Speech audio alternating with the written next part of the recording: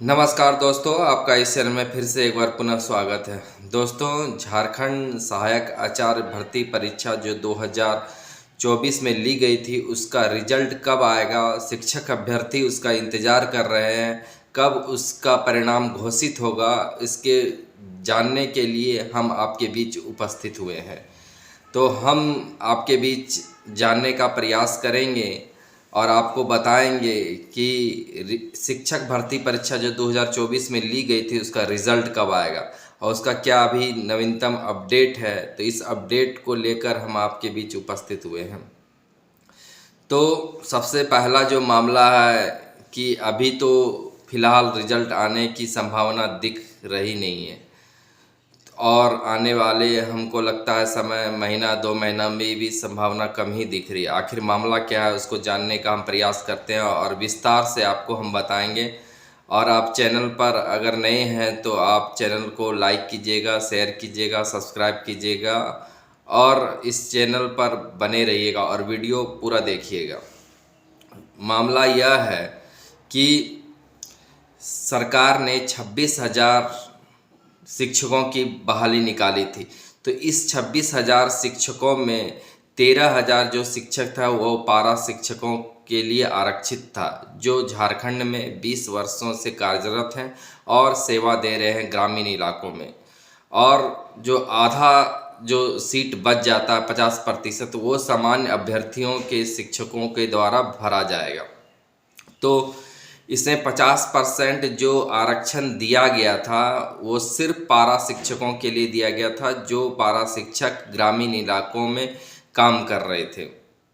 तो इसमें प्रखंड संसाधन के कर्मी लोग और संकुल संसाधन के जो काम करने वाले लोग थे और प्लस संविदा पर जो कार्यरत थे शिक्षा विभाग में, वो भी मांग कर रहे थे कि हमें भी आरक्षण मिलना चाहिए और हमें भी शिक्षक जो आचार्य भर्ती परीक्षा है उसमें बैठने की अनुमति हमें मिले और हमें 50% भी आरक्षण मिले और जो न्यूनतम अर्हतांक को सरकार ने हटा दिए उसे हमें भी लाभ मिले। तो उन्होंने झारखंड हाई कोर्ट पर एक रिट याचिका डाली थी, क्योंकि नियमावली में उन लोगों को मौका नहीं दिया गया था, प्रखंड संसाधन के कर्मी को, संकुल संसाधन के कर्मी को और संविदा कर्मचारियों को। तो उन्होंने झारखंड हाई कोर्ट में एक रिव्यू डाला है। तो रिव्यू डालने के बाद झारखंड हाई कोर्ट में सुनवाई हुई, जिसका जो परिणाम निकला जनवरी में आया। तो झारखंड हाई कोर्ट का जो फैसला आया जनवरी में, तो उन लोगों के हक में आया, उन लोगों के फेवर में आया। फेवर में ये आया कि जो 50% जो आरक्षण सिर्फ पारा शिक्षकों के लिए दिया गया है वो अनुचित है, वो कहीं भी किसी भी तरह अनुचित है, ये नहीं है। और उन्होंने न्यूनतम अर्हतांक जो दिया गया था कैटेगरी वाइज कि इतना लाना अनिवार्य, झारखंड सरकार ने जो हटा दिया था, उन्होंने उसको बरकरार रखा। उन्होंने कहा कि आरक्षण और जो न्यूनतम अर्हतांक दिया गया है ये दोनों के अलग अलग मायने हैं। आरक्षण देना कहीं से भी उचित नहीं है और न्यूनतम अर्हतांक को भी हटाना ये भी कहीं से उचित नहीं। तो उन्होंने फैसला यही दिया कि न्यूनतम अर्हतांक लाना जरूरी है पारा शिक्षकों के लिए, और 50% जो पद आपने पारा शिक्षकों के लिए दिया था वो कहीं से भी अनुकूल नहीं है। तो इस फैसले के खिलाफ झारखंड सरकार अब सुप्रीम कोर्ट जाना चाह रही है। वो कह रही है जो पारा शिक्षकों के हक में नहीं आया उसके फैसले को लेकर हम लोग सुप्रीम कोर्ट का दरवाज़ा खटखटाएंगे। ये जेएमएम की सरकार कह रही है और सुप्रीम कोर्ट जाना चाह रही है। तो नियुक्ति परीक्षा का एक तर्क ये है कि रिजल्ट निकालने में देरी का जो कारण है, इसका सबसे बड़ा कारण है कि झारखंड सरकार सुप्रीम कोर्ट जा रही है, जिस कारण से रिजल्ट में अभी देरी होगी। फिलहाल अभी रिजल्ट की कोई संभावना नहीं दिख रही है। दूसरी तरफ आए, इधर झारखंड के जो समान अभ्यर्थी हैं उसके जो नेता हैं श्री परिमल कुमार जी, वे लगातार विधानसभा जा रहे हैं, मंत्रियों से मिल रहे हैं, शिक्षा मंत्री से मिल रहे हैं, अधिकारियों से मिल रहे हैं और कह रहे हैं कि हम लोगों का रिजल्ट जल्द से जल्द प्रकाशित हो। हम लोग 2016 से अभी भी प्रतीक्षारत हैं। हम लोग इंतज़ार कर रहे हैं कि सरकार हम लोगों की जो नियुक्ति परीक्षा पिछले वर्ष ली है तो उसका रिजल्ट हम लोगों का जल्द से जल्द दिया जाए, ताकि हम शिक्षक अभ्यर्थी ग्रामीण इलाकों में जाकर हम अपनी सेवा दें और बच्चे को गुणवत्तापूर्ण शिक्षा मिले। ये परिमल कुमार जी और जितने भी झारखंड के सामान्य अभ्यर्थी हैं या जिस इस भर्ती परीक्षा में जो भी अभ्यर्थी बैठे हुए हैं, वो अपने रिजल्ट का गुहार सरकार से कर रहे हैं कि जल्द से जल्द हम लोग का रिजल्ट प्रकाशित हो। वे इस आशा में टकटकी लगाकर झारखंड सरकार से आग्रह कर रहे हैं। फिलहाल जो एग्ज़ाम हुई थी पिछले वर्ष जुलाई महीने में, तो अभी तक कुल मिला के देखें तो कम से कम 8 महीना बीत चुका है। अभी तक सरकार रिजल्ट नहीं निकाल रही है। सरकार रिजल्ट के बदले ये बोल रही है कि हम जाएंगे सुप्रीम कोर्ट पारा शिक्षक के मामले को लेकर। तो एक तरफ से अगर हम परिमल कुमार का अगर हम हिस्ट्री बताएं तो परिमल कुमार के बारे में भी आप जान लीजिए कि परिमल कुमार कौन है।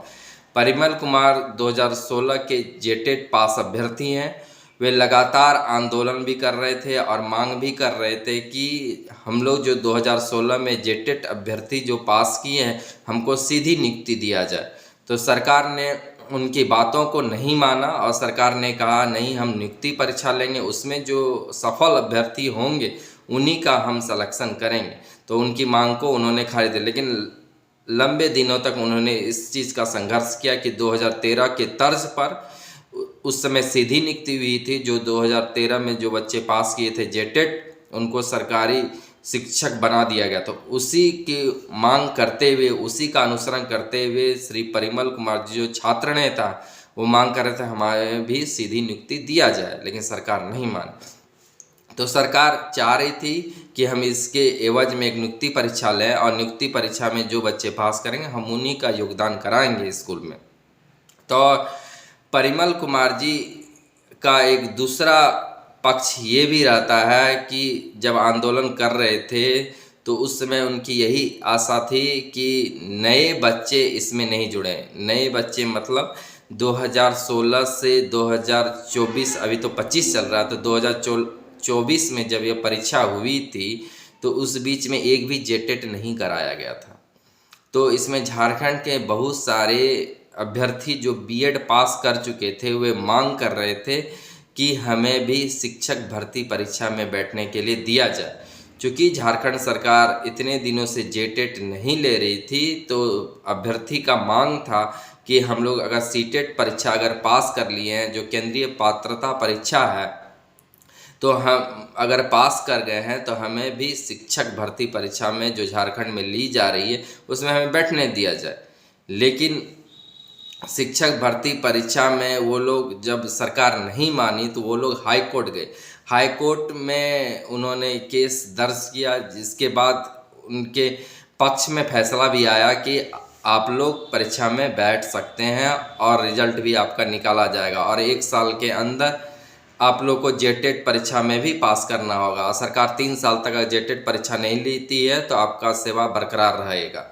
ये झारखंड हाई कोर्ट ने फैसला दिया था कि झारखंड के बच्चे, सिर्फ झारखंड के बच्चे जो यहाँ के बच्चे हैं, जिनकी निवासी यहाँ के लोग हैं, वन्हीं लोग को मौका दिया। जो बच्चे झारखंड के हैं और सीटेट पास कर गए या बगल के राज्य मतलब पड़ोसी राज्य से अगर कोई भी टेट परीक्षा पास किए हैं तो वो शिक्षक जो सहायक आचार्य भर्ती परीक्षा 2024 में लिया गया था उसमें वो बैठ सकते हैं। तो वो बैठे भी, बहुत सारे बच्चे उसमें बैठे हुए थे।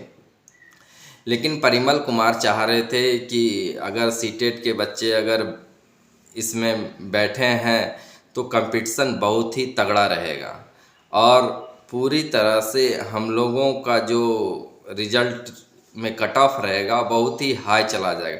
ये उनकी अपनी खुद मंशा रही होगी, जिस कारण से उन्होंने इस फैसले के खिलाफ वो सुप्रीम कोर्ट गए और सुप्रीम कोर्ट में उन्होंने यह दलील दिया कि सीटेट परीक्षा में चूँकि क्षेत्रीय भाषा की परीक्षा नहीं होती है और झारखंड टेट में होती है, तो यहाँ के जो बच्चे लोकल लैंग्वेज जानते हैं, अगर लोकल लैंग्वेज के ज्ञान उनको नहीं रहेगा तो वो कैसे पढ़ाएंगे।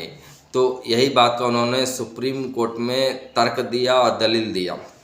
जिस कारण से सुप्रीम कोर्ट ने बहुत गहन जांच के बाद यह फैसला दिया कि चूँकि झारखंड में स्थानीय भाषा की पढ़ाई होती है और स्थानीय भाषा को पास करना भी अनिवार्य है और सीटेट में यह परीक्षा नहीं ली जाती, इसलिए जेटेट परीक्षा को ही मान्य किया जाए। तो सुप्रीम कोर्ट से परिमल कुमार की डिग्री हो जाती है और परिमल कुमार जीत जाते हैं। तो इसमें सिर्फ 2016 के बच्चे जो जेटेट पास किए हैं और 2013 के जो कुछ एक पास किए हुए बच्चे होंगे वो उन्हीं का रिजल्ट निकाला जाएगा। तो सुप्रीम कोर्ट ने यह फैसला दे दिया है।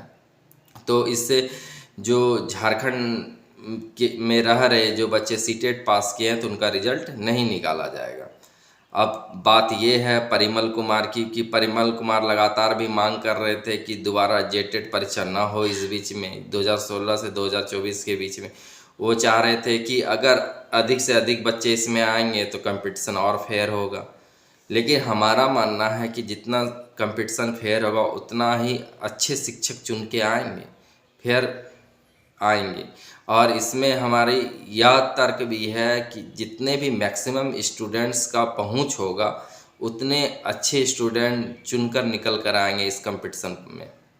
लेकिन परिमल कुमार तो लगातार ये मांग कर रहे थे, एक तो सीधी नियुक्ति हो, सीधी नियुक्ति तो उनकी बातों को तो माना नहीं गया। दूसरा बात जेटेट नहीं हुआ, वो भी सही हो गया। तीसरा बात ये हो कि केंद्रीय शिक्षक पात्रता परीक्षा जो बच्चे झारखंड से पास किए हैं तो उनका भी इस परीक्षा में नहीं हो रिजल्ट, तो उनका भी मांग स्वीकार कर ले गया। अब लगातार उनका पैंच ये फंस गया कि अब सरकार ही अब जा रही है सुप्रीम कोर्ट जा रही है तो समय लगेगा और रिजल्ट निकलने में देरी होगी। तो परिमल कुमार का अभी रोज़ चक्कर लगाना पड़ रहा है विधानसभा और मंत्रियों के पास, अधिकारियों के पास कि जल्द से जल्द हमारा रिजल्ट निकल जाए। तो हम कहते हैं कि गोस्वामी तुलसीदास का एक उक्ति है रामचरितमानस में, परहित सरिस धर्म नहीं भाई। मतलब ये है कि जो दूसरों का उपकार करता है, जो दूसरों की भलाई सोचता है, उससे बड़ा धर्म कोई नहीं है। लेकिन परिमल कुमार ये नहीं चाहते थे। परिमल कुमार यही चाहते थे कि सिर्फ मेरा और जेटेट जो 2016 के जो बच्चे पास हैं उसी का कल्याण हो। अब उनका भी भविष्य अधर में लटका हुआ है कि कब रिजल्ट आएगा और कब हम ज्वाइनिंग करेंगे। तो खैर बात की बात है, रिजल्ट आने के बाद पता चलेगा। लेकिन जहाँ तक सरकार को भी सोचना चाहिए और अभ्यर्थियों के हित में भी सोचना चाहिए कि मैक्सिमम बच्चे का अगर पहुंच हो कंपटीशन में तो इसमें मैक्सिमम बच्चे लाभ लेंगे। तो सरकार को भी समझ होना चाहिए। लेकिन सरकार ने भी दरकिनार कर दिया और सरकार खुद अपनी माया जाल में फंस गई है कि पारा शिक्षकों का जो हमने आरक्षण दिया था और पारा शिक्षकों का जो न्यूनतम हड़ताल में हमने छोड़ दिया था वो तो हाई कोर्ट ख़त्म कर दी है। अब सुप्रीम कोर्ट जाएंगे, देखते हैं उसमें क्या फैसला होता है। तो फिलहाल तो भर्ती परीक्षा का जो रिजल्ट है अभी तो अधर में लटक गया। अब न जाने कितना और समय लगेगा, तो देखने वाली बात होगी। लेकिन फिलहाल झारखंड में शिक्षक भर्ती परीक्षा 2016 के बाद से अभी तक लटकी हुई है। तो करीब बहुत सारे बच्चे इंतज़ार में कि कब मेरा रिजल्ट निकलेगा और हम शिक्षक बनकर अपना शिक्षण व्यवस्था को आगे बढ़ाएंगे। तो फिलहाल इस चर्चा को हम यहीं पर विराम देंगे और इस मसले पर आपकी क्या प्रतिक्रिया है और आप क्या सोचते हैं तो ज़रूर कमेंट बॉक्स में अपना कमेंट लिखिएगा। अगर चैनल पर अगर आप नए हैं तो चैनल को सब्सक्राइब भी कीजिएगा। अगर आपको जानकारी अच्छी लगी है तो दोस्तों के बीच लाइक शेयर ज़रूर कीजिएगा। फिलहाल इस चर्चा को हम यहीं पर विराम देंगे। फिर नए एपिसोड पर आपसे ज़रूर मिलेंगे। तब तक के लिए धन्यवाद, शुक्रिया, नमस्कार।